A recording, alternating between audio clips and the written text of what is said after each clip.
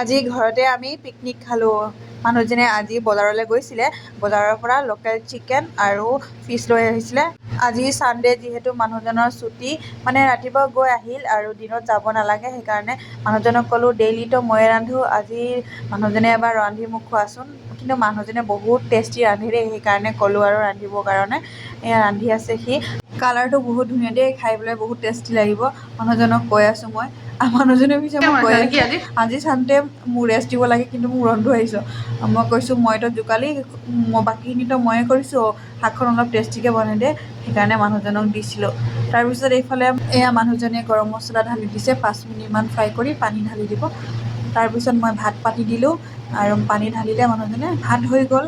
আৰু এতিয়া মাছ ভাজি আছোঁ, কেৰাহীত তেল গৰম হৈ গ'ল, ঢালি দিছোঁ এতিয়া। আজি পিছে লোকেল মাছ অনা নাই, চালানী মাছে আনিছে। এদিন আনিছিলে সমুদ্ৰৰ মাছ, গোন্ধটো বহুত বেয়া লাগিছিলে, সেইকাৰণে মানুহজনক মানা কৰিলোঁ। আজি পিছে দালি বনা নাই, ডেইলি দালি খাই থাকোঁ, আজি ভাবিছোঁ লোকেল চিকেনৰ জোলেৰে ভাত খাম। বাই, আজি ভিডিঅ'টো ইমানে, বাই।